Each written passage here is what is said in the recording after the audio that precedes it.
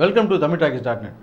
இன்றைக்கி நம்ம திரை விமர்சன நிகழ்ச்சியில் இயக்குனர் யுவராஜ் போஸ் இயக்கத்தில் வெளியே வந்திருக்கிற இரும்பு குதிரை படத்தை பற்றி பார்க்கணும். இரும்பு குதிரை இந்த படத்துடைய கதையை பற்றி பார்த்தோன்னா, ஹீரோவுடைய அப்பா ஒரு பைக் ஆக்சிடெண்ட்டில் இறந்து போயிடுறாரு. ஹீரோ சிஏ படிச்சுக்கிட்டு பார்ட் டைமாக ஒரு பிஸ்ஸா டெலிவரி பாயாக இருக்கார். ஃபுல் டைமாக ஹீரோயின் பின்னால் சுற்றிக்கிட்டு இருக்காரு. ஹீரோயின் எம்பிபிஎஸ் படிக்கிறதா சொல்லிகிட்டு இருக்குது. அதுவும் இவர் பின்னால் தான் சுற்றிக்கிட்டு இருக்குது. ஆனால் ரெண்டு பேருமே லவ் பண்ணல அப்படின்னு சொல்கிறாங்க. இது ரெண்டுமே பள்ளிக்கூடத்து பக்கமே போன மாதிரி தெரியல.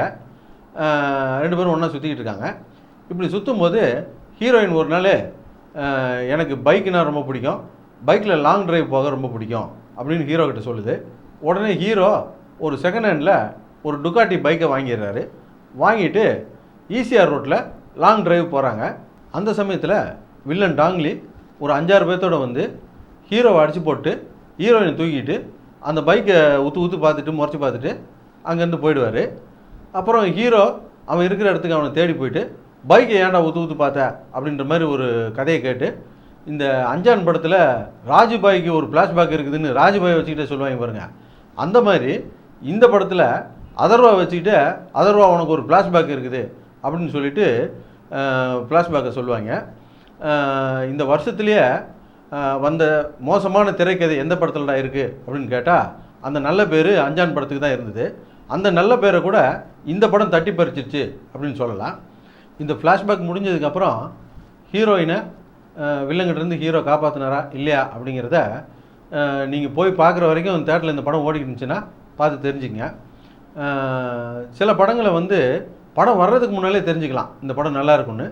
சில படங்களை வர்றதுக்கு முன்னாலே இந்த படம் உருப்படாது அப்படின்றதையும் சொல்லிடலாம். சில படங்கள் உருப்படாதுன்னு நினைப்போம், ஆனால் தேட்டரில் போய் பார்த்தா நல்லாயிருக்கும். சில படங்கள் நல்லா இருக்கும்னு நினைப்போம், தேட்டரில் போய் பார்த்தா கன்றாவியாக இருக்கும்.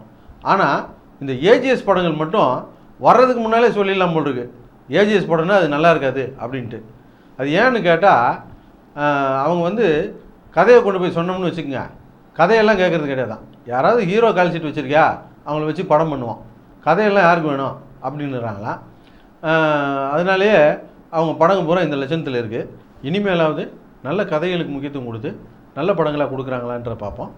மொத்தத்தில் இந்த படம் எப்படி இருக்குது அப்படின்னு கேட்டிங்கன்னா, திரைக்கதையில் அஞ்சான மிஞ்சிருச்சுன்னு சொல்லிட்டோம். அதுக்கப்புறம் உங்கள் இஷ்டம். எங்களுடைய நிகழ்ச்சிகள் உங்களுக்கு பிடித்திருந்தால் உடனுக்குடன் கண்டு மகிழ கீழே உள்ள சப்ஸ்கிரைப் பட்டனே அழுத்தவும். எங்களுடைய நிகழ்ச்சிகள் உங்களுக்கு மிகவும் பிடித்திருந்தால் உங்களுடைய நண்பர்களுக்கு ஷேர் செய்யவும். நன்றி, வணக்கம்.